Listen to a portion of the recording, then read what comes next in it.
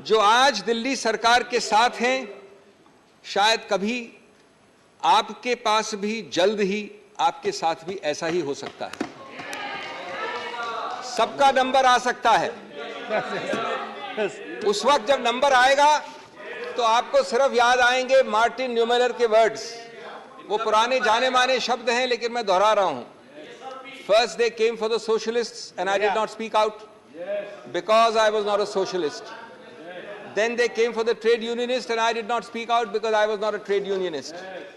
Then they came for the Jews and I did not speak out because I am not a Jew. Then they came for me and for you, and there was no one left to speak for us. Friends, what does, let me start with my two heads. What does this bill do textually first? And secondly, what is the consequence of that text? Let me deal with these two aspects first.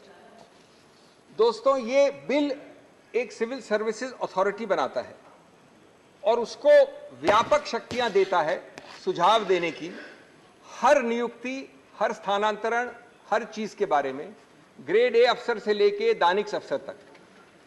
व्यापक है, विशाल है। कौन किसी और की सरकार में वित्त का सेक्रेटरी बनेगा, कौन पीडब्ल्यूडी का सेक्रेटरी बनेगा, उनके बीच में अदला बदली कब और कैसे होगी, ये माननीय एलजी करेंगे निर्णय, न कि चुनावित सरकार। ये बड़े स्पष्ट प्रावधान है। मैं अभी आपको प्रावधान के नंबर नहीं दे रहा हूं। दूसरा, जितने भी सतर्कता के अधिकार क्षेत्र हैं और जितने भी नॉन सतर्कता, नॉन विजिलेंस, वो सभी केसेस अनुशासनहीनता के विषय में सब इस अथॉरिटी में आएंगे सुझाव के लिए और माननीय एलजी के पास निर्णय के लिए। इसका उद्देश्य बड़ा स्पष्ट है। उद्देश्य है एक भय और हिस्टेरिया का माहौल बनाना, एक खौफ पैदा करना, जिससे कि आप इन सभी सचिवों को कंट्रोल कर सके, जो कि दिख रहा है दिन प्रतिदिन।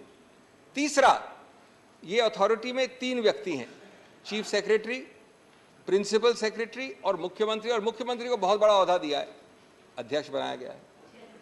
ये अजीब सा अध्यक्ष है दोस्तों। कोरम है 2 लोगों का, ये एक चेयरमैन है बिना चेयर के। मैंने वैश्विक और भौगोलिक रूप से आज तक कहीं नहीं देखा मेरे सीमित अनुभव में कि एक चुनावित चीफ एग्जीक्यूटिव 2 सचिवों के नीचे आएगा। ये 2 सचिव बैठ के निर्णय करेंगे, ये 2 सचिव बैठ के निर्णय करेंगे और वो मुख्यमंत्री वहां खड़ा होगा, देखता रहेगा, चुप्पी साधेगा या अपना डिसेंट नोट करवाएगा। और उसके बाद, और ये सब प्रावधान है, एक एक चीज में जो बोल रहा हूं प्रावधान है, उसके बाद ये निर्णय और सुझाव जाएगा पहले सुपर सीएम के पास और उसके बाद सुपर बॉस जो हमारे सामने बैठे हैं माननीय गृह मंत्री, ये सब गृह मंत्रालय में आएगा।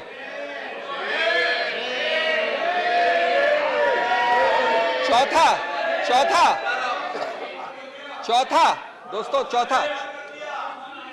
बाद में चौथा, जितने बोर्ड्स हैं, समितियां हैं, संस्थाएं हैं, वो सब, और इसमें बहुत हैं, महत्वपूर्ण हैं, अल्पसंख्यक संघ, Delhi सूरेज board, Delhi Jal board, so many, labour welfare board, Waqf board, ऐसे 20 की सूची हमने दी है न्यायालय में। उन सब की बजट बनाएगा ये एनसीटी सरकार। उनके काम होंगे एनसीटी के लिए, एनसीटी के लोगों के लिए, लेकिन उनके अध्यक्ष, उनके हेड को वहीं से अपॉइंट होंगे, सुपर सीएम या गृह मंत्रालय से। 5वां, जो दूरगामी नीतियां हैं सभी सिविल सर्विस के लिए, उनके टेन्योर के लिए, उनके स्थानांतरण के लिए, उनकी नियुक्तियों के लिए, कौन सी पोस्ट नाजुक है, कौन सी पोस्ट सेंसिटिव नहीं है, और उपयुक्तता, वर्ड इस्तेमाल किया सूटेबिलिटी, उपयुक्तता इस अफसर की इस पद के लिए, ये सब, और हेड ऑफ डिपार्टमेंट कौन होना चाहिए, ये सब माननीय सुपर सीएम, और अंततोगत्वा हम जानते हैं कि जो सब चीज करती है नियंत्रण, वो होम मंत्रालय। हर छोटी चीज के लिए, एक हर बड़ी चीज के लिए पूर्ण रूपेण व्यापक निर्बाध टेक ओवर, कब्जा, निर्बाध कब्जा है। माननीय प्रधानमंत्री, माननीय गृह मंत्री, आप जैसे उच्चतम पद पर विराजमान महानुभाव, क्या आप अफसर क्लासेस के लिए निचले से लेके सेक्रेटरी तक नीतियां आप बनाना चाहते हैं, कम से कम वो तो एक छोटे ओहदे वाले मुख्यमंत्री के पास छोड़ दीजिए. Sixthly, friends, the secretary, this is amazing. The annals of history of legislation have not seen bills like this.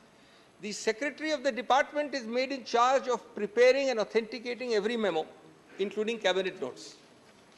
Not bad yet.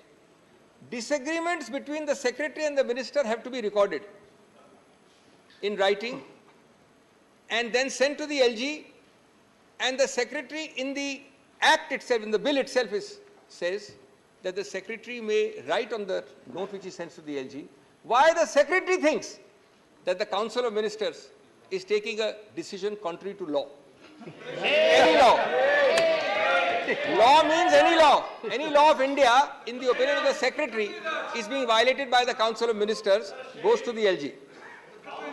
It makes, friends, the elected government hollow. A chief minister paralyzed, unable to act. Any minister shivering before his or her secretary. And the bureaucracy looking up to the LG even for sneezing. And the LG, of course, looking up to the Home Ministry. ऐसे हालात को देखकर मुझे वो पुराना शेर याद आया दोस्तों, एक काफिले वालों तुम इतना भी नहीं समझे, लूटा है तुम्हें रहजन ने रहबर के इशारे पर. This bill, friends, eliminates 2 out of the 3 interlocking, fundamental, distinct chains and institutions which form the bedrock of any assembly-based democracy, and therefore they hit at the very root of the basic structure. These 3 interlocking chains, which are discussed in 10 paragraphs of the Supreme Court judgment, I wish somebody had read the judgment carefully before drafting the bill, are: 1, a political executive through the Council of Ministers answerable to the people; 2, a civil service answerable to the political executive and hence accountable to the people through the political executive; and regulatory agencies which are an integral part of governance in any system. The bill simply eliminates number 2 and 3. Out of 3, it takes away 2. Friends, the object is not to make Hamlet the Prince of Denmark, not even the slave of Denmark, but to take over Denmark itself. It is to make Denmark a hollow shell, substitute NCT for Denmark. Its second impact is that it eliminates the accountability of the civil service completely. In doing so, it eliminates the very concept of Westminster-style democracy, which Delhi is supposed to be fully Westminster-style minus 3 subjects only. The civil service, friends, after this bill, will jump, bend, crawl, answer at the behest of an external agency, be it the Home Ministry or the Super Chief Minister. There is not even a token diarchy of powers between the CM and the LG. It converts an impartial civil service into a dictatorial civil service. Shame. It gives a real example of that forgotten serial which I love to watch and all of you have watched. Yes, Minister. The civil servant is saying only no, Minister. Remember what Nehru said about the ICS. That time, Indian Civil Service says this is neither Indian nor civil, nor does it provide service. I'm not sure how accurately it will apply in 2023, but I think he came very close to it. एक म्यान में 2 तलवार नहीं है ये case. म्यान भी LG के पास है और तलवार भी केंद्र सरकार के पास है. मुख्यमंत्री एक कोने में खड़े होकर तमाशा देख सकते हैं सिर्फ. My third head of submission to this august House, friends. This bill seeks to amend the Constitution by an act of Parliament. The Constitution and the debates underlying it all wanted Delhi to have all powers minus 3. This bill adds a 4th to those 3, and it does it magically without a constitutional amendment. It is indeed magic, even if it is black magic, because you can amend a constitution without a constitutional amendment. 4th, decimating 2 out of the 3 prongs of a Westminster-style democracy, which has an answerable and accountable civil service and a regulatory agency, clearly violates the basic structure, because the basic structure of an assembly-based democracy includes these three interlocking chains. I believe that that would be a very likely Supreme Court conclusion if at all this bill is passed. Fifthly, it also violates the basic structure in another manner. The principle of decentralized federal government that has already been a part of the basic structure from the days of Bombay in 1993, around the time, by the way, when 239AA was created. If there is one animating bedrock philosophy underlying 239AA, it is decentralized federal governance. Otherwise, why not keep Delhi as a mere large municipality under central government's control? Advani ji हुआ करते थे बहुत बड़े अधिकारी ऐसे municipal setup में पहले. Why not a mere union territory? You know, there are 10 of them. Delhi is the only one to have been given the constitutional status by a constitutional amendment. No other union territory. Why? Para 77 of the 2023 judgment partly answers that. I quote, "In the spiral of cooperative federalism, the Union of India must exercise its powers within the boundaries created by the Constitution. NCT Delhi, in having a sui generis federal model, must be allowed to function in the domain chartered for it by the Constitution. The Union and the NCT share a unique federal relationship. It does not mean that NCT is subsumed in the Union merely because it is not a state." ये मेरे शब्द नहीं हैं, ये उच्चतम न्यायालय के शब्द हैं. Friends, Delhi alone, out of 10 such territories, was given this constitutional status. Not only because federalism and the aspirations of the people of Delhi were recognized, but the idea was that you will not be able to amend it out of shape, out of character, without a constitutional amendment. You don't have it today. You have a statute. This arrogant government, and this is very interesting, this arrogant government first tried it by invading Delhi's special status in 2016 and 17. Forgotten now, by executive action without even a statute. We argued and we got a 2018 first Constitution Bench judgment which struck it down. It did it again by a second notification without a constitutional amendment and lost it, and the judgment came in 2023, a few months ago. But friends, unfortunately there is no cap on deliberate foolishness. There is no bar to repetitive constitutional error. They have done this again. This time they've upgraded it from a notification to a statute, but still without a constitutional amendment. And even if this bill is passed, which I am sure it will not be, the result will be the same a third time. History will repeat itself.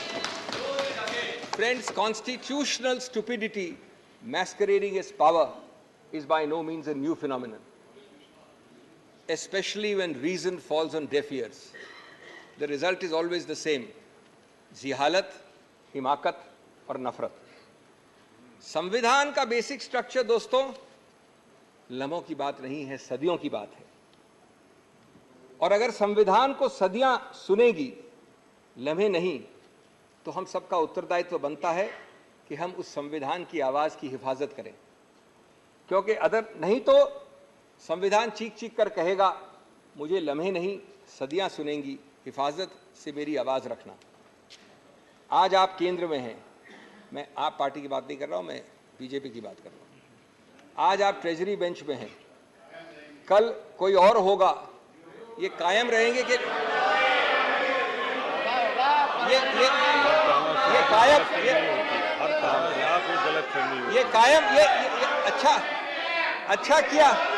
अच्छा किया आपने हस्तक्षेप किया, क्योंकि आपके कायम शब्द के लिए मेरे पास एक जवाब है. तुमसे पहले भी वो जो शख्स यहाँ तख्त नशीन था, तुमसे पहले भी जो यहाँ शख्स तख्त नशीन था, उसको भी अपना खुदा होने का इतना ही यकीन था.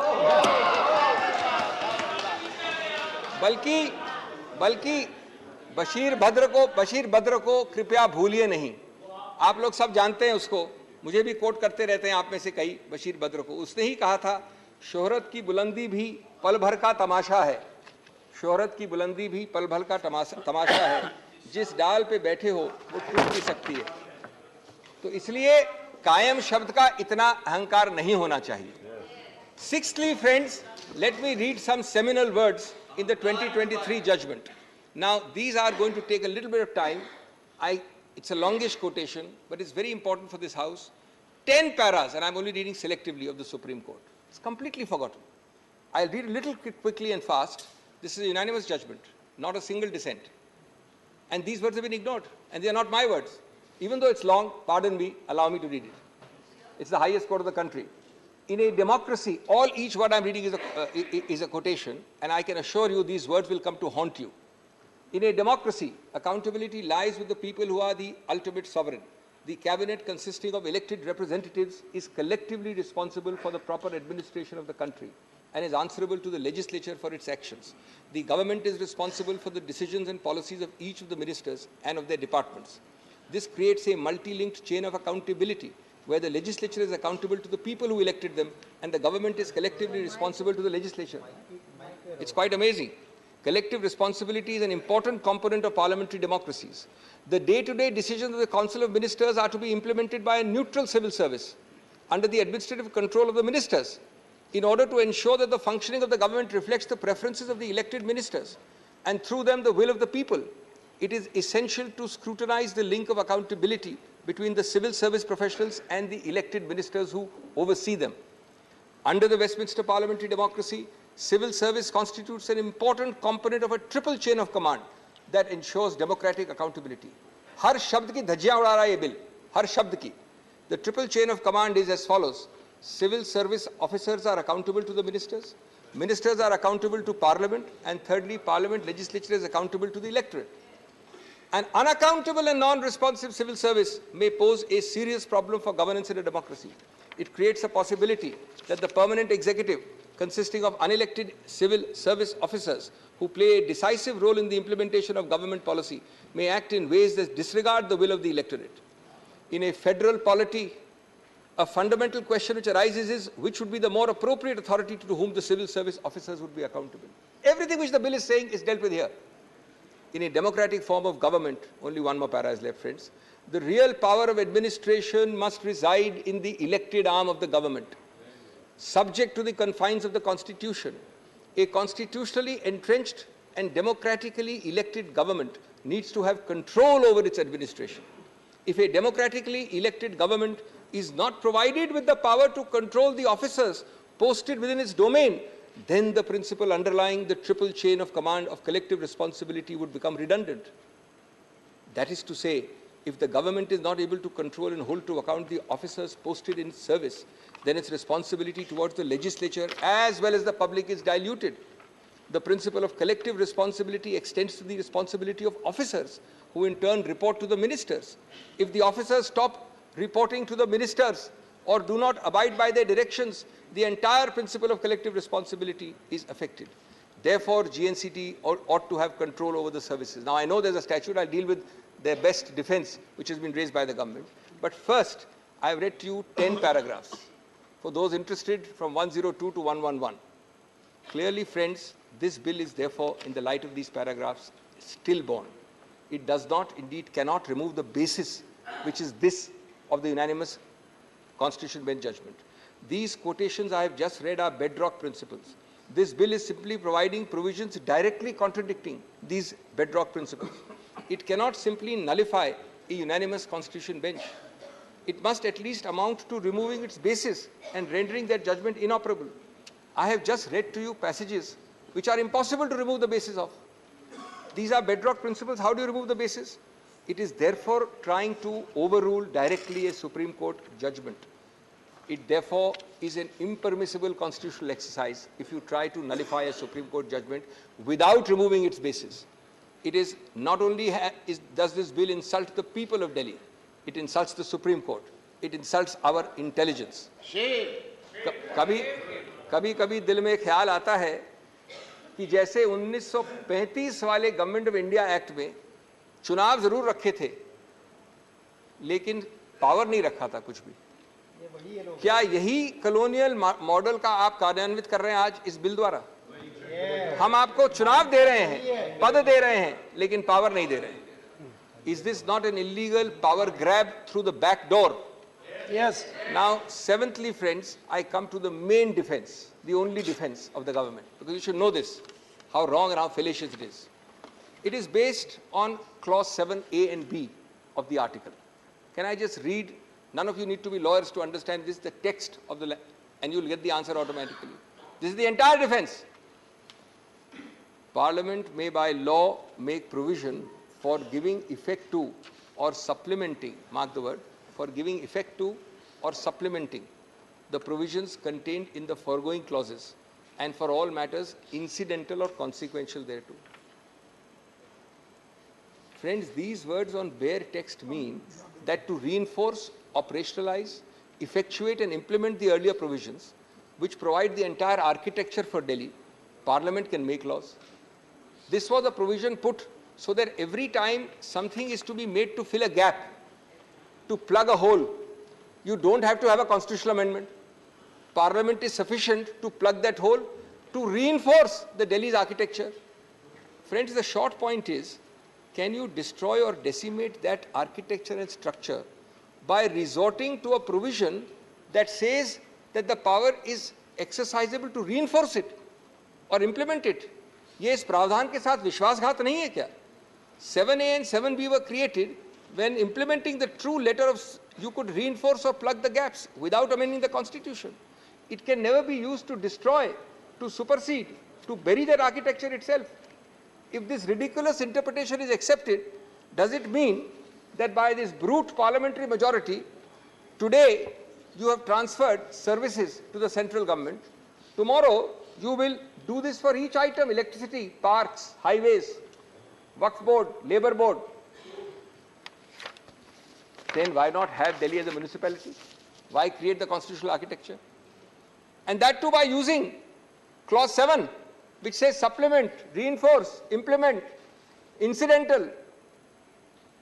At the end of para 46 of the 23 judgment, which nobody appears to have read, as far as the bill makers are concerned, it says again, if we interpret the phrase insofar as such matter is applicable in a manner, insofar as such matter is applicable to union territories, in a manner to exclude a greater number of entries than what is already excluded, that is, in addition to 3, it will defeat the very purpose of granting a special status to NCT. This is the Supreme Court in para 46. In other words, friend, this government, like Alice in Wonderland, says words will mean what I say they will mean. That's their interpretation of 7. I will use 7 as a Brahmastra, not to supplement and implement 239AA, but to supplant it, to reduce it to vanishing point. The scalpel created to heal, to cauterize, to cure, to fill gaps, to make you more healthy, will now be used to stab and kill. Obviously, only Alice in Wonderland in this government is on the same page on this. दोस्तों, ये सब प्रावधान जैसे clause 7 है और इस तरह प्रकार के प्रावधान कई जगह होते हैं, आम चीज़ है, लोगों की आवाज़ को ज़्यादा सशक्त बनाने के लिए है, विकास और समृद्धि की गति और दिशा को प्रोत्साहित करने के लिए है, न कि वोट डालने वाली जनता को निहत्था बनाने के लिए, उसको बेबस करने के लिए। इस बिल ने ऐसे सभी उद्देश्यों को अपने माथे पे उल्टा करके लग दिया है। संविधान को इस प्रकार से विकृत करेंगे आप तो परवीन शाकर के शब्द पूरी तरह से लागू होंगे। ए मेरी गुलजमी तुझे चाह थी एक किताब की, अब संविधान वाली किताब की बात कर रहे हैं। ए मेरी गुलजमी तुझे चाह थी किताब की, अहले किताब का मगर क्या तूने हाल कर दिया। Those in the treasury benches adopting this are actually distorting it out of recognition. The fundamental error of the central government and of the Honorable Home Ministry is to confuse the existence of power with the validity of its exercise. For the last several days, we've been hearing curtain raisers coming from the Home Ministry that we have the power. We are not talking about competence. The question is, if you have the power, its existence is subject to substantive limits. 3-4 minutes more. What you do not have is the power to cross the Lakshman Rekha, which this bill is designed to cross. The question of competence to pass a law, which I am not at all addressing here, is quite different from whether the law is a valid exercise of such competence. Not when it violates the basic structure, not when it violates substantive provisions. Friends, the bill is designed to violate specifically all those substantive limits. This is beyond the remit of any statutory bill. Whether even a constitutional amendment can do it, we will see when they bring a constitutional amendment in a fourth round. But the statute being lower than the Constitution must go. The Constitution is itself challengeable if it violates the basic structure. That stage has not come. Turning now to my eighth head, and I'm finishing very quickly, just give me a few minutes more. It is convenient to forget, and this you'll be interested to know, now that we are having a bill, we tend to forget this. There were no exigent circumstances on 19th of May when you passed the ordinance. The Supreme Court has said in 100 judgments, you must demonstrate how, quote unquote, it is necessary to take immediate action. Immediate necessity is distinguished from mere desirability. These are not my words, they are Supreme Court words. Expression necessity coupled with immediate action conveys the sense that it is imperative due to an emergent situation to promulgate an ordinance. Now I want to tell you, on 11 May, 2 महीने की जिरे और बहस के बाद ये constitution bench ने निर्णय दिया। 6 दिन बाद 17 मई को कैबिनेट ने अप्रूव कर दिया ऑर्डिनेंस, लेकिन पारित नहीं किया, घोषित नहीं किया, क्योंकि वो जानते थे 2 दिन बचे हैं अभी उच्चतम न्यायालय के बैठने के लिए। 19 तारीख को उच्चतम न्यायालय अवकाश पे जा रही थी। The revised time given to you by the LOP was 1 second. Some of my friends here are prepared to donate some time. 30 minutes. You have left only 13 minutes for Mr. Chidambaram. 2 minutes more. 2 minutes more. So you will leave 11 minutes for him. Yes, yes. Then there are other people to donate time to us. There are other people. On 19th May. 1 second. 1 second. Important legislation रहने के ये जरूरी है कि बहस अच्छी हो रही है। बहुत दिन के बाद बहस अच्छी हो रही है, सभी लोगों को सुनने में आ रहा है और नॉलेजेबल है, तो आप कंसीडर करिए, आपके हाथ में है, और एक 10 मिनट एक्सटेंड कर दीजिए। Every minute used by you, doctor, will cut into the time of Mr. Chidambaram. No. Initially, both were given equal time. Then his time was increased. माननीय अध्यक्ष, Go ahead. माननीय अध्यक्ष महोदय, Last 1 minute. 17 तारीख को ये पारित हो, ये अप्रूव हो गया कैबिनेट द्वारा। इसको आप 19 की शाम को 5 बजे के बाद जब मैं घर जा रहा था कोर्ट से क्यों लाए? क्योंकि आपको मालूम है कि 19 तारीख लास्ट डे था कोर्ट के फंक्शनिंग का, उसके बाद अवकाश थी। क्या you wait for 2 days fearful that the Supreme Court is sitting till 19th May? Is this not cheap tactics and chicanery at its worst? The deleterious effects of this ordinance were visible in the last 2 or 3 months it's been there. Governance is at a standstill. 2 bureaucrats are threatening to take majority decisions over the Chief Minister's head. The LG daily trespasses in all domains of elected reps. Heads of bodies funded and operated by NCT are approved and controlled by the Home Ministry. NCT is reduced to a fiefdom of the central government. Insubordination is at its peak. हमारी बात आप सुनते, मैं बस अंत कर रहा हूँ 1 मिनट में। हमारी बात तो आप सुनेंगे नहीं, सुनते नहीं हैं। कम से कम अपने मार्गदर्शक मंडल की बात तो सुन लिया करिए, या कभी कभी उनसे बात करते हैं, पूछते हैं, उनको भी भूल गए आप लोग। मार्गदर्शक मंडल से बात कर लीजिए, क्योंकि आपकी सरकार, भारत रत्न अटल बिहारी वाजपेयी की सरकार में आपके मार्गदर्शक गृह मंत्री अडवाणी जी दिल्ली को पूरा स्टेटहुड जाने का बिल लाए थे। और जब आप 2 चुनाव दिल्ली के जीते इस मुद्दे पे कि दिल्ली के पास पूरा स्टेटहुड होना चाहिए, तो मदन लाल खुराना जी, आपके पूर्व मुख्यमंत्री, ने कहा था, quote, full statehood for Delhi is the remedy for all its ills. आज देश और दिल्ली आपसे फुल स्टेटहुड नहीं मांग रहा है।